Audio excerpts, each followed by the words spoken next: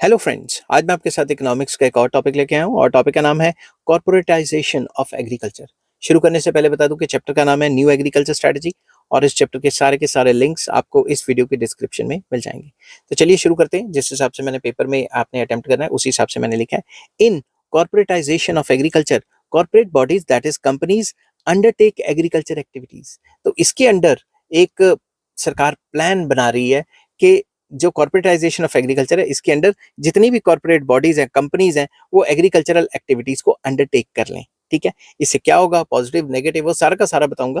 ठीक है, these companies either purchase और obtain on long term lease the large chunk of agricultural land. तो ये या तो परचेज कर लेंगे या लीज पे ले लेंगे जमीन, काफी जो बड़ी जमीन होगी उसको।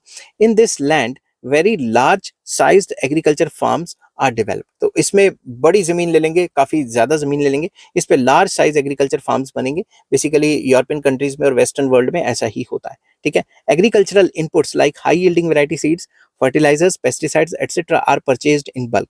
तो बल्क में परचेज किए जाएंगे जिसके कारण उनकी कॉस्टिंग कम पड़ जाएगी। Advance technology is used for performing various agricultural operations. तो जो भी एग्रीकल्चर ऑपरेशंस होंगे उनमें मॉडर्न टेक्नोलॉजी का इस्तेमाल किया जाएगा, एडवांस टेक्नोलॉजी का। These companies have their own godowns, cold storages to store the agriculture produce। तो ये जो कंपनीज होंगी, जो इतने बड़े फार्म की मालिक होंगी, इनके पास खुद के कोल्ड स्टोरेज होंगे, खुद के गोडाउन्स होंगे, खुद के स्टोर्स होंगे, ताकि वहां पे ये अपने माल को स्टोर कर सकें। These corporate bodies directly market their agriculture products या agri products through organise retail outlets. तो उनके खुद के आउटलेट्स होंगे, वहां पे वो अपना माल बेचा करेंगी।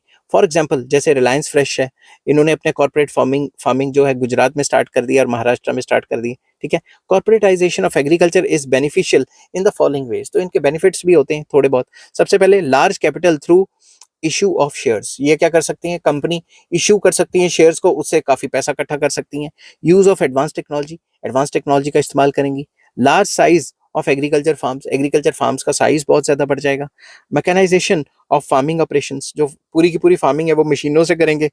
Bulk purchase of agriculture inputs जैसे पेस्टिसाइड्स, फर्टिलाइजर्स वगैरह, ये बल्क में खरीदेंगे तो इनको सस्ता पड़ेगा। गाइडेंस ऑफ एग्रीकल्चरल एक्सपर्ट्स, तो जो भी एग्रीकल्चर एक्सपर्ट्स हैं उनकी गाइडेंस या उनको हायर कर लेंगे और उनके हिसाब से चलेंगे ये। ठीक है, effective storage and marketing of agriculture produce, तो अच्छे तरीके से माल बनाएंगे और मार्केटिंग अच्छे तरीके से कर देंगे और माल सस्ते में बनेगा। अब कितने में हमें देते हैं वो एक अलग लॉजिक है।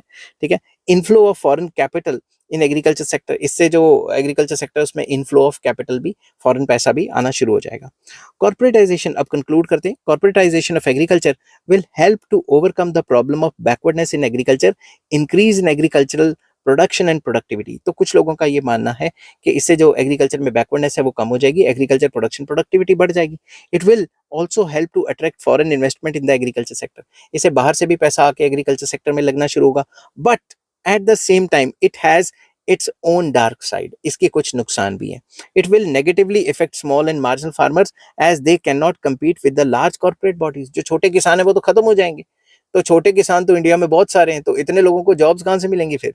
Mechanization of farming operations will result in rural unemployment and thereby rural poverty will increase। तो अगर सारे किसान जो है कंपनियों से जो है कंपटीशन करने लग जाएंगे तो शायद बड़े किसान सरवाइव कर जाएं, मगर 90% किसान सरवाइव नहीं कर पाएंगे और विलेजेस में अनएम्प्लॉयमेंट जो है बढ़ जाएगी और रूरल पॉवर्टी भी एक मेन प्रॉब्लम आ जाएगी। और इंडिया जैसे कंट्री में ये अभी कॉर्पोरेटाइजेशन ऑफ एग्रीकल्चर इतना ज़्यादा वायबल नहीं है। ठीक है, आई होप ये वीडियो आपको पसंद आई होगी। अगर पसंद आती है तो please like, share and subscribe. इस चैप्टर का नाम था न्यू एग्रीकल्चर स्ट्रेटजी और इस चैप्टर के सारे लिंक्स आपको इस वीडियो के डिस्क्रिप्शन में मिल जाएंगे। नेक्स्ट टॉपिक हम करेंगे sustainable agricultural growth. Till then take care, bye bye.